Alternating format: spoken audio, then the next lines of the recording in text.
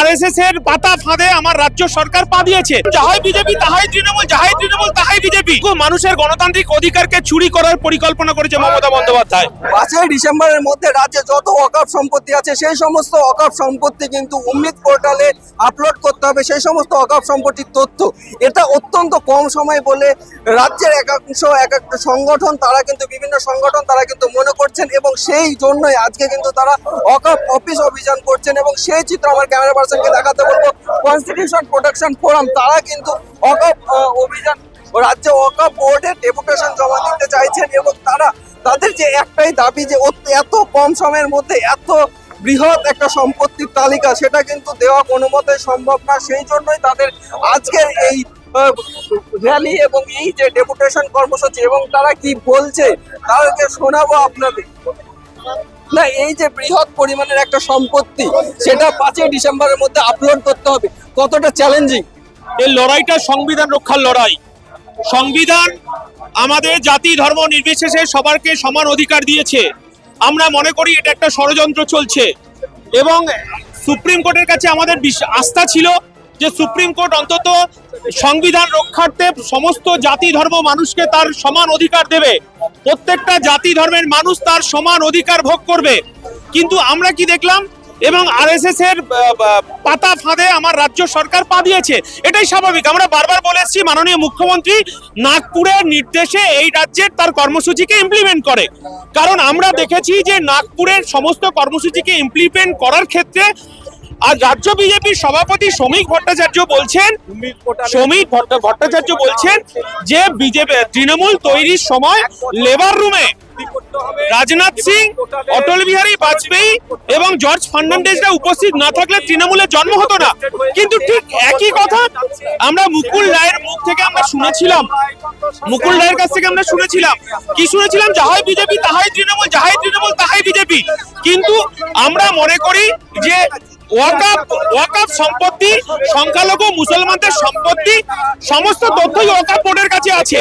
কিন্তু তারপরেও কেন কেন্দ্র সরকার যে ওয়াকফ সংশোধনী বিল পার্লামেন্টে নিয়ে এসেছে, দুটো পক্ষে তৃণমূলের লোকসভায় 3 জন এমপি ভোট দেয়নি, রাজ্যসভায় 2 জন এমপি ভোট দেয়নি।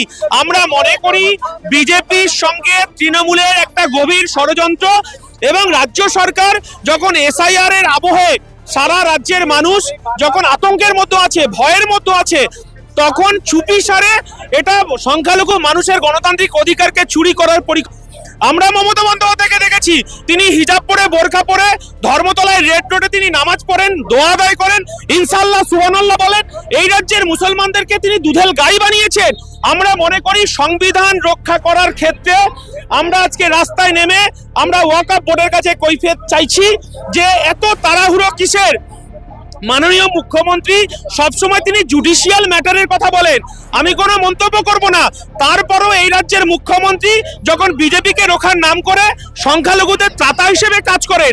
কিন্তু আমরা কি দেখলাম, এই রাজ্যের মুখ্যমন্ত্রী রাজারহাটের মতো জায়গা, রাজারহাটে যখন শিল্পনগরী আমরা স্বপ্ননগরী বলে থাকি, রাজারহাটে ওয়াকফ সম্পত্তি অর্থাৎ রাজারহাটে সংখ্যালঘু মুসলমানদের দেওয়া সম্পত্তি হিডকোর মাধ্যমে বিক্রি করে দিল।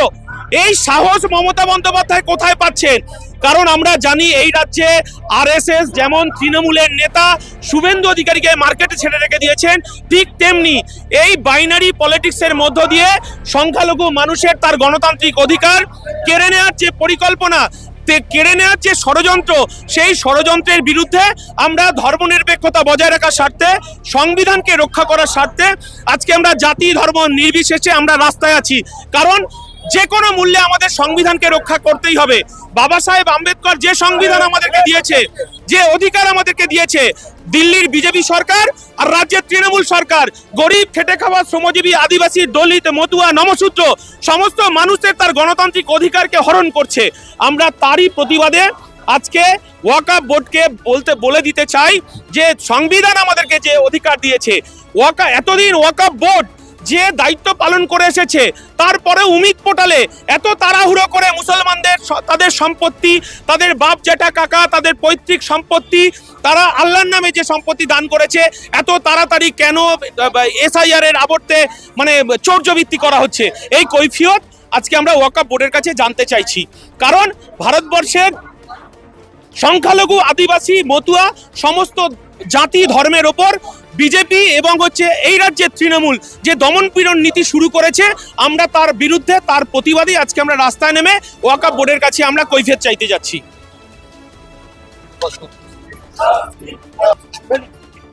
কি বলবেন এই যে ওয়াকফ সম্পত্তি এত কম সময়ের মধ্যে তোলার জন্য বলা হচ্ছে উম্মিদ পোর্টালে?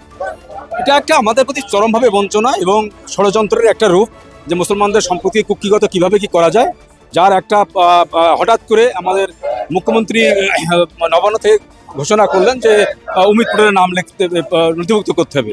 এটা একেবারে আমাদের প্রতি চরমভাবে গাদ্দারি ছাড়া আর কিছুই নয়, কারণ এত স্বল্প সময়ে আর বৃহৎ এত কাগজপত্র জোগাড় করা সম্ভব নয়। যার কারণে আমরা আজকের ওয়াকফ বোর্ডে এসেছি যে এই বিষয়গুলো এবং সরলীকরণ যেভাবে করতে হবে, এই বিভিন্ন বিষয় নিয়ে আমরা দাবি দাওয়া নিয়ে ওয়াকফ বোর্ডে আজকে এসেছি। আমাদের সংগঠন 32টা সংগঠনের মতো আছে, বিভিন্ন কনস্টিটিউশনাল ফোরামের নামে 30-32টা সংগঠনে আমরা সম্মিলিত হবে।